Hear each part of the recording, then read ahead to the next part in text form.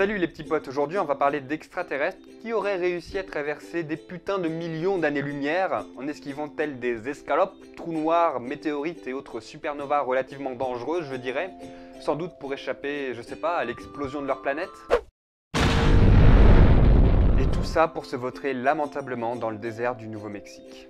Si leur but était d'arriver sur la Terre, c'est très réussi, par contre, si c'était d'arriver sur la Terre vivant, ça l'est un peu moins. On va parler de l'affaire de Roswell. Alors pour vous resituer un peu le truc, on est le 8 juillet 1947 quand un fermier déclare avoir vu un disque volant s'écraser près de la jolie bourgade de Roswell.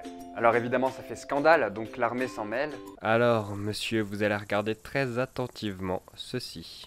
Alors évidemment vous n'avez vu aucun vaisseau spatial ni aucun alien d'ailleurs. Par contre vous allez vous excuser auprès du monsieur là-bas parce que vous avez quand même traité sa nièce de pute. De pute au rabais. Elle a que 6 ans et elle est sur un lit d'hôpital avec une grave crise de... Putain, attends, regarde.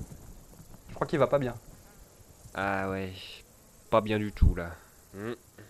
À partir de ce moment-là, les forces américaines présentes sur place dissimulent l'épreuve et prétextent le crash d'un ballon sonde. Non mais comme si on allait gober tout ça sérieux, faut arrêter de prendre les gens pour des cons. On sait tous très bien depuis toujours que les extraterrestres ne conduisent pas de ballon sonde. Tiens d'ailleurs, quelques jours après le crash du vaisseau spatial à Roswell, mon grand-père a filmé avec son iPhone une attaque d'aliens et ça ressemblait pas du tout à une attaque de ballon sonde.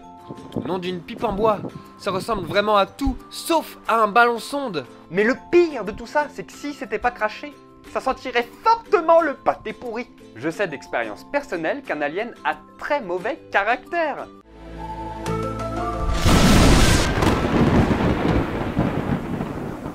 Et encore, ça c'était plutôt cool parce que quand ils te rentrent dedans par n'importe quel orifice et qu'ils ressortent même sans orifice, c'est plutôt douloureux.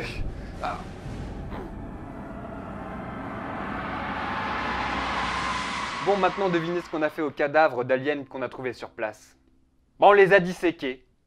C'était une véritable boucherie. C'est quoi cette manie de toujours tout vouloir découper comme ça? En plus, devinez ce qu'on a trouvé dedans. Des organes de moutons. Non pas qu'ils aient fait un méchoui pendant le voyage, non, pas du tout. Ils étaient littéralement remplis de moutons. C'est super flippant. Imagine, on retrouve du mouton dans toi. Encore un mouton. J'en étais sûr. Alors les faux diront qu'on n'a pas trouvé de réelles preuves concrètes. Putain, je sais pas ce qu'il vous faut. Et en même temps, on n'est pas dans un film, c'est pas comme si la planète allait se faire envahir par des tripodes et une armée de prédateurs. Quoique...